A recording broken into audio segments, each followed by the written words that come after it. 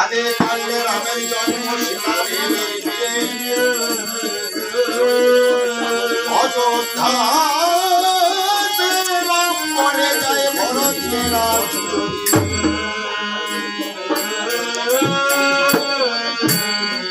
অরণ্য কাণ্ডে সীতা অরণ্য সারণ দর্শন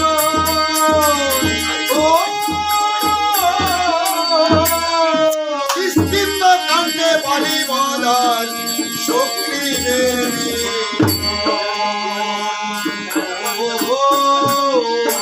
সুন্দরা কাণ্ডে হই আমার সাগর হলে লঙ্কা কাণ্ডে রাবণ রাজার সমান শেষ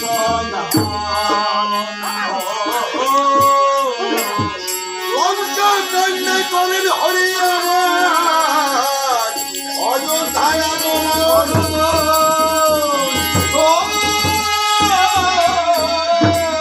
দেশে আসি করেন হরি আমার পুরানো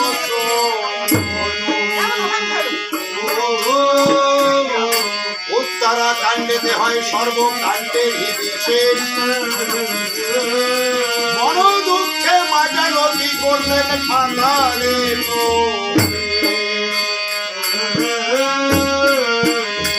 এই যে সুদামাখা সপ্ত কাণ্ড অমৃতেরই ভাণ্ড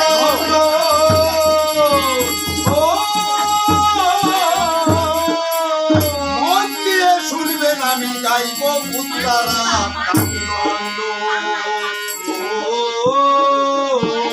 উত্তরাকাণ্ডে গাইব আমি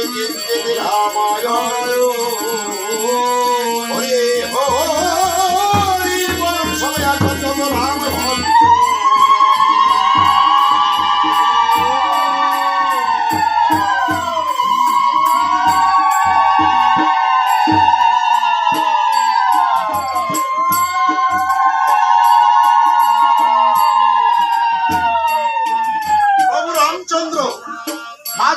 মহামণি বাল্মীকি তপবনে নির্বাসন দিয়েছেন আর এদিকে অযোধ্যা নগরে লক্ষ্মীয় ভাবে বিভিন্ন রকমের অরাজকতা দেখা দিয়েছে। যেমন খেতে ফসল ফলছে না, বৃক্ষে ফুল ফুটছে না, পাখিরা গান গাইছে না। দুর্ভিক্ষ যন্ত্রণা সহ্য করতে না পেরে প্রজাগণ এক একজন করে যখন অযোধ্যা নগরী পরিত্যাগ করে চলে যাচ্ছে, প্রভু রামচন্দ্র আমার এর দুর্গতি দর্শন করি মাত্র মিত্রগণদের নিয়ে একটি সভা পেতে বসেছে। সভা করি বসে যাচ্ছে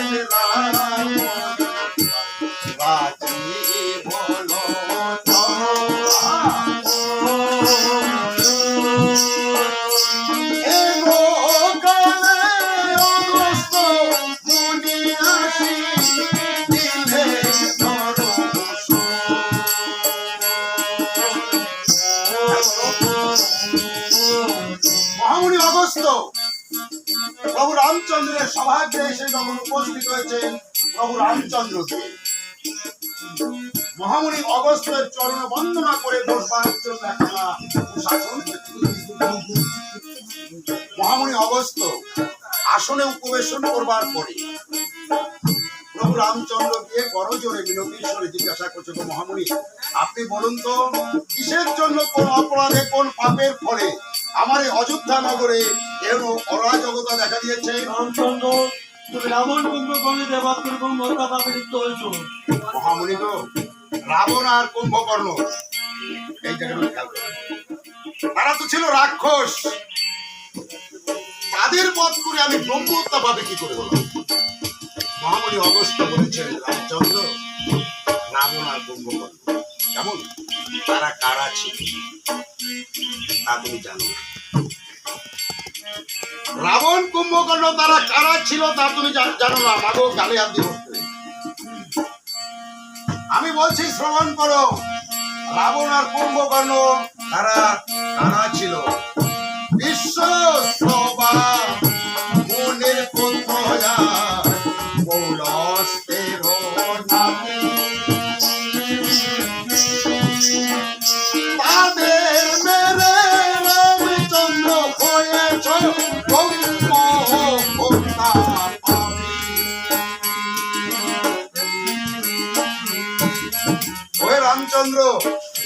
বিশ্বশ্রমা মুনির পুত্র আর কৌলস্থ মুনির নাতি রাবণ আর কুম্ভকর্ণ। হে রামচন্দ্র, বিশ্বশ্রমা মুনি ছিলেন ব্রাহ্মণ, রাবণ কুম্ভকর্ণ। এরা পূর্বজন্মে জয় আর বিজয় নামে জয় বিজয় নামে স্বর্গের শ্রীহরির দ্বারের দ্বারে ছিল। সনত মুনির অভিশাপে তাদের এই মর্তধামে ভীষণ রাক্ষস করে এদের জন্ম হয়।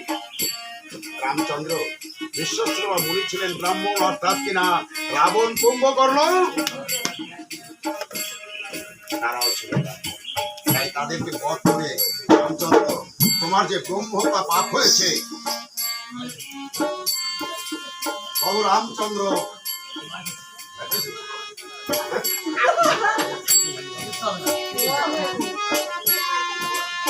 বড় জোরে বলেছ গো মহামণি, তাহলে আপনি বলুন কি করলে আমি এই পাপ থেকে নিষ্কৃতি পেতে পারি? রামচন্দ্র, তুমি কি নরমের চোখ পাও? নরমের চোখের বিধান কি? পাপি নরের মূল্য প্রয়োজন। মহামণি গো, ব্রহ্ম হত্যা পাপ, নরহত্যা তো পাপ।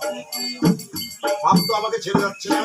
আপনার এমন কোন বিধান নেই যে বিধান দ্বারা আমার পাপ ছেড়ে যেতে পারে? তাহলে তুমি একটু লোভের চোখ করো। লোভের চোখের বিধান কি? 180 গরুর মূল্য হে প্রয়োজন। মহামণি, ব্রহ্ম হত্যা পাপ, নরহত্যা পাপ, গোহত্যা তো মহাপাপ। পাপ তো আমাকে কিছুতেই ছাড়ছে না। আপনার এমন কোন বিধান নেই যে বিধান দ্বারা আমার পাপ ছেড়ে যেতে পারে?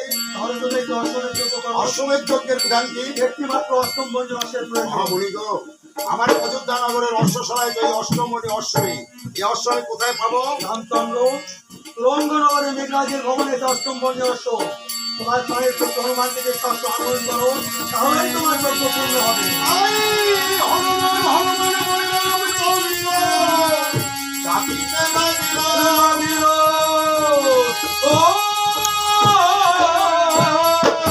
হনুমান আসি প্রভুকে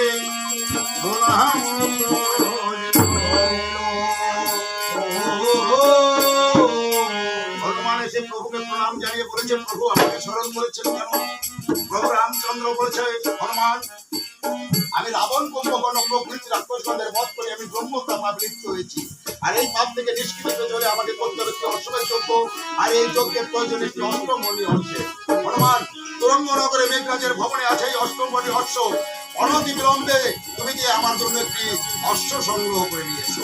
হনুমান প্রভু আজ্ঞা পালনার্থে প্রভু শ্রীচরণে প্রণাম জানিয়ে অশ্বারোহণ যাত্রা করছে তুরঙ্গনগর।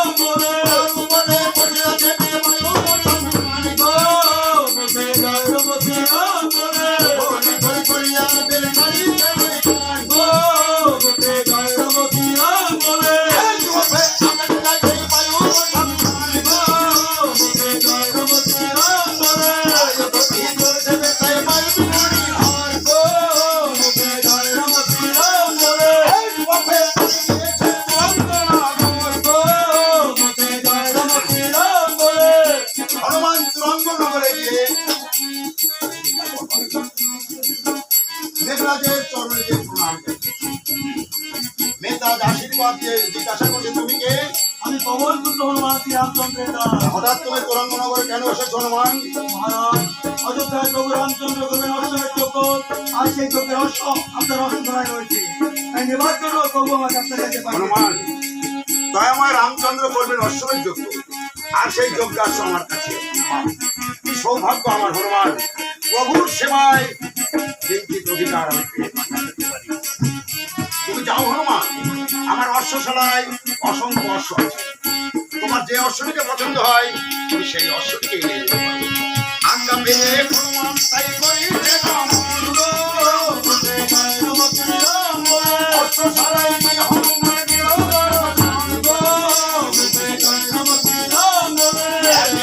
অশ্ব ধরে কালে নিরঞ্জন অষ্টবনে অশ্বে ঘটে দিব দর্শন নীলবর্ণ অশ্বটা সে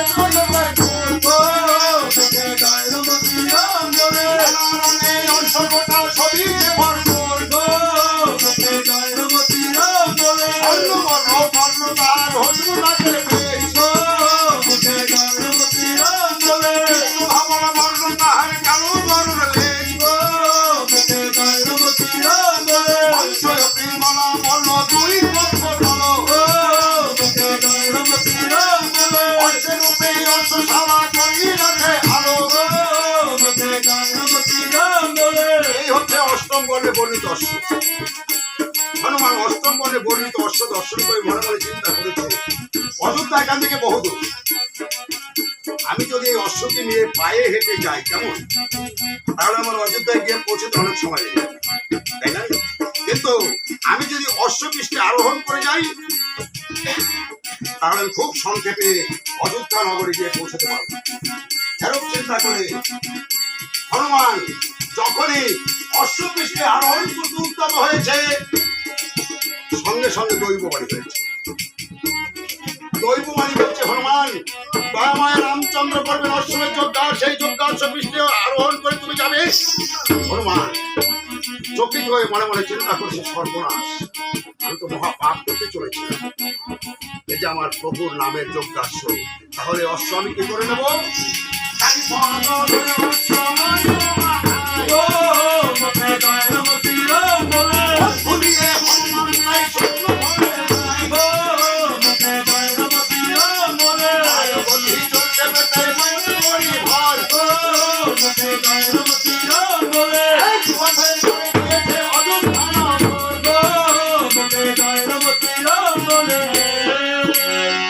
অযোধ্যায় এসে অশ্বটিকে রেখে হনুমান পুনরায় গিয়ে প্রভু রামচন্দ্র হনুমানকে আশীর্বাদ করে বলেছিল, হনুমান তোমাকে আরো একটি কাজ করতে হবে। এই কাজ করবো হনুমান, চতুর্দিকে যত মুনি ঋষিগণ আছে সকলকে নিমন্ত্রিত করে নিয়ে দিতে হবে। হনুমান তখন করজোরে ভাবাবেগে মিনতির সুরে বলেছে, প্রভু আমি যে আপনার দাস ও দাস, আমার নিমন্ত্রণ কি মুনি ঋষিগণ গ্রহণ করবে? প্রভু রামচন্দ্র আমার প্রিয়কাল চিন্তা করি। প্রভু রামচন্দ্র বলেছে, তুমি ঠিকই বলেছো হনুমান, মুনি ঋষিগণ তোমার নিমন্ত্রণ গ্রহণ নাও করতে পারে। তাই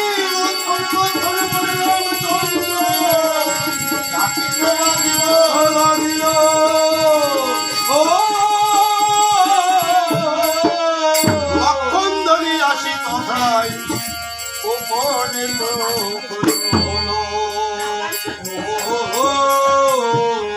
লক্ষণ এসে নত জান হয়ে দাঁড়িয়ে মৃদু কণ্ঠে জিজ্ঞাসা করছে, দাদা আমাকে স্মরণ করেছো? প্রভু রামচন্দ্র বলেছেন, লক্ষণ তুমি যাও ভাই, চতুর্দিকে যত মুনি ঋষিগণ আছে সকলকে নিমন্ত্রিত করে নিয়ে আসবে, গিয়ে বলবে আগামী পর্ব আমার দাদা করবে অশ্বমের যজ্ঞ, আপনাদের পৌরোহিত্যের নিমন্ত্রণ, এবং সকলকেই তুমি সঙ্গে করে নিয়ে এসো ভাই। আজ্ঞা পেয়ে লক্ষণ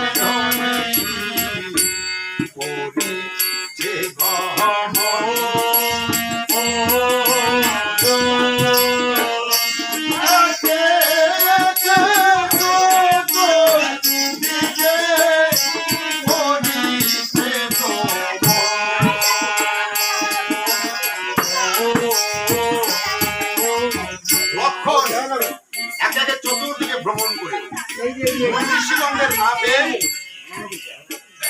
অবশেষে নর্মদা নদীর তীরে গিয়ে দেখতে পায় সমস্ত মুনি ঋষিগণ নর্মদা নদীর তীরে নর্মদার জলে তর্পণ করছে।